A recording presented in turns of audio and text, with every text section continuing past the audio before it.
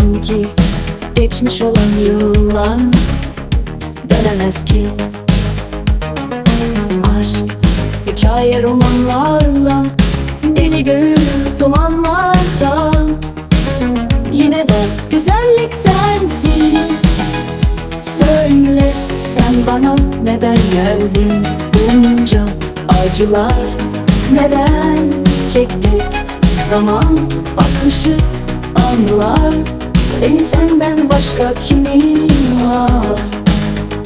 Söyle sen bana neden geldin? Bunca acılar neden çektik? Zaman akışı anılar, akışı anılar. Beni senden başka kimin var? Kapıları aç, ben geldim. Yağmurlar yağıyor, yol açık dolu. Zamansız mevsimli ayrılıklar. Senden başka benim kimim var? Kimim var? Yüreğimde acılar sanki geçmiş olan yıllar dönemez ki. Aşk hikaye romanlarla, deli gönül dumanlarla. Yine de güzellik sensin. Söyle sen bana neden geldin? Bunca acılar ve neden geldin? Bunca acılar neden çektik? Zaman akışı anılar.